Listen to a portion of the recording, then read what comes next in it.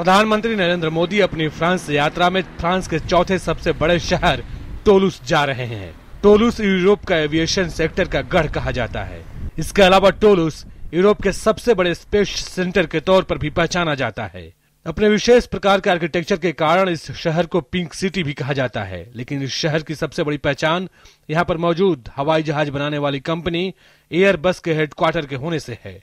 Bharat aviation sector में विश्व का 9वां सबसे बड़ा मार्केट है, जिसके 2020 तक तीसरे सबसे बड़े बाजार बनने की संभावनाएं जताई जा रही हैं। भारत दुनिया में आर्थिक गतिविधियों से लेकर पर्यटन के नक्शे पर तेजी से उभर रहा है और इसी संभावना के मद्देनजर देश में 2017 तक 60 मिलियन विदेशी पैसेंजर का आंकड़ा छूने का अनुमान जताया जा रहा है। 2017 तक देश के एविएशन सेक्टर में 12.1 बिलियन डॉलर के निवेश की उम्मीद जताई जा रही है, जिसमें से करीब 9.3 बिलियन डॉलर निजी निवेश के रूप में सामने आ सकता है।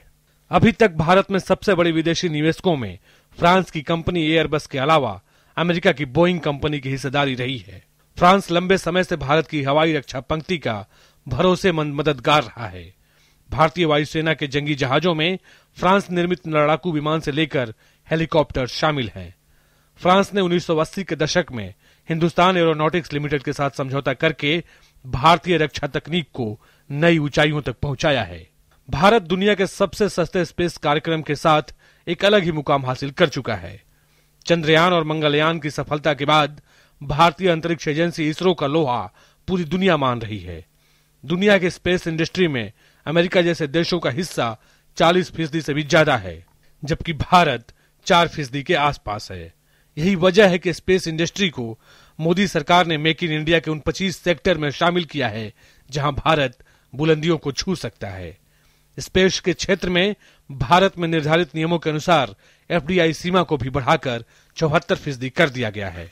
भारत और फ्रांस के बीच अंतरिक्ष के क्षेत्र में संबंधों की शुरुआत 60 के दशक में हुई थी। भारत ने अपने रिसर्च सेंटर श्रीहरिकोटा को विकसित करने के लिए उस वक्त फ्रांस से तकनीकी सहयोग हासिल किया था। भारत और फ्रांस के बीच पहला समझौता 1977 में साइन किया गया था, लेकिन 1998 में दोनों देशों ने आपसी सहयोग के साथ स्पेस के क्षेत्र में एक नए युग की शुरुआत की। अरेंद्र प्रताप सिंह की रिपोर्ट, डीडी न्यूज।